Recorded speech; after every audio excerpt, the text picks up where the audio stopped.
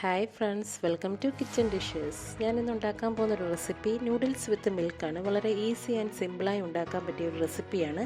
കുട്ടികൾക്കൊക്കെ വളരെയധികം ഇഷ്ടപ്പെടും. അതിന് വേണ്ടുന്നതായിട്ട് ആവശ്യമായ സാധനങ്ങൾ: 1 കപ്പ് പാലും ആവശ്യത്തിന് വെള്ളവും, ഒരു മീഡിയം സൈസ് സവോള ചെറുതായി കട്ട് ചെയ്തിരിക്കുന്നത്, ഒരു ഹാഫ് ക്യാരറ്റ് നീളത്തിൽ കട്ട് ചെയ്തിരിക്കുന്നത്, ഒരു 4 വെളുത്തുള്ളി, ക്യാപ്സിക്കം ചെറുതായി കട്ട് ചെയ്തിരിക്കുന്നത്, ആവശ്യത്തിന് വേണ്ടുന്ന സോസുകൾ. അതുണ്ടാക്കുന്നതിന് വേണ്ടി ഒരു പാൻ കത്തിച്ച് അതിലേക്ക് നൂഡിൽസ് ഇട്ട് നമ്മുടെ 1 കപ്പ് പാൽ അതിലേക്ക് മിക്സ് ചെയ്ത് ചേർത്ത് കൊടുക്കുക. നൂഡിൽസ് വേകുന്നതിന് വേണ്ടുന്ന കുറച്ച് വെള്ളവും അതിലേക്ക് ചേർത്ത് കൊടുക്കുക. പാൽ തിളച്ച് തൂകുന്നൊന്നും ആരും പേടിക്കേണ്ട, അത് പിരിഞ്ഞു പോവുകയുമില്ല.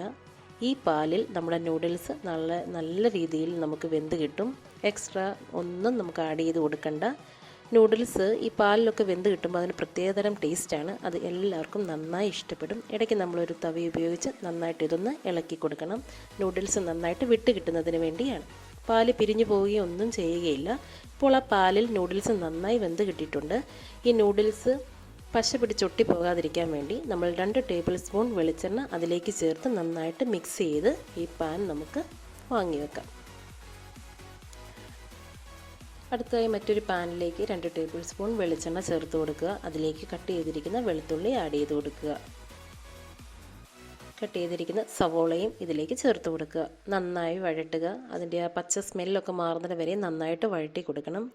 കുട്ടികൾക്കൊക്കെ ആണെങ്കിലും ഈവനിങ്ങിൽ നല്ലൊരു സ്നാക്സാണിത്. എല്ലാവർക്കും ഇഷ്ടപ്പെടും. എല്ലാവരും ട്രൈ ചെയ്ത് നോക്കണം. അഭിപ്രായങ്ങൾ കമൻറ്റ് ചെയ്യണം.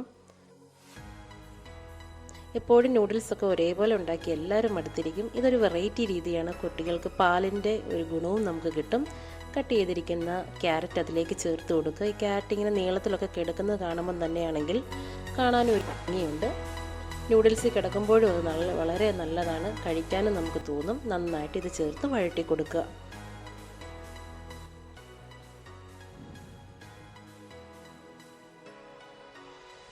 അതിലേക്ക് വേണ്ടുന്ന മസാലകൾ: 1/2 ടേബിൾ സ്പൂൺ മുളക് പൊടി ചേർത്ത് കൊടുക്കുക, 1/2 ടേബിൾ സ്പൂൺ പെരിഞ്ജീരകം പൊടിച്ചത് ചേർത്ത് കൊടുക്കുക. അടുത്തതായി ചില്ലി സോസാണ് ചേർത്ത് കൊടുക്കുന്നത്. ടൊമാറ്റോ സോസ് ചേർത്ത് കൊടുക്കുക. നന്നായിട്ട് മിക്സ് ചെയ്യുക. ആവശ്യമില്ലാത്ത നമ്മൾ ഒരു മസാലകളും ഇതിനകത്ത് ചേർക്കുന്നില്ല. പച്ച പെരിഞ്ജീരകം പൊടിച്ച് ചേർത്ത് കൊടുത്താലും മതിയായിരിക്കും. അതിലേക്ക് ഇത് വേവുന്നതിന് വേണ്ടി ആവശ്യമായി കുറച്ച് വെള്ളം ചേർത്ത് കൊടുക്കുക. അത് നന്നായിട്ട് ഇളക്കി ഒന്ന് തിളയ്ക്കുന്നതിന് വരെ നമ്മൾ വെയിറ്റ് ചെയ്യണം. തിളച്ചത് ശേഷം മാത്രം നമ്മൾ മറ്റുള്ളതെല്ലാം ചേർത്ത് കൊടുത്താൽ മതി. നന്നായിട്ട് തിളച്ച് വന്നിട്ടുണ്ട്. അതിലേക്ക് നമ്മൾ 1/2 ടേബിൾ സ്പൂൺ ഉപ്പ് ചേർത്ത് കൊടുക്കുക. നന്നായിട്ട് മിക്സ് ചെയ്യുക. 1/2 ടേബിൾ സ്പൂൺ സോയാ സോസാണ് ചേർത്തിരിക്കുന്നത്. അത് തിളയ്ക്കുന്നതിന് വരെ നമ്മൾ വെയിറ്റ് ചെയ്യുക. നന്നായി ഇളക്കി അതിൻ്റെ ആ ചാറൊക്കെ അതുപോലെ തന്നെ കാണണം. നമ്മൾ വളരെ പറ്റുന്നിടം വരെ അത് ഇളക്കേണ്ട ആവശ്യമില്ല. അതിലേക്ക് കട്ട് ചെയ്തിരിക്കുന്ന ക്യാപ്സിക്കം ചേർത്ത് കൊടുക്കുക. നന്നായിട്ട് മിക്സ് ചെയ്യുക.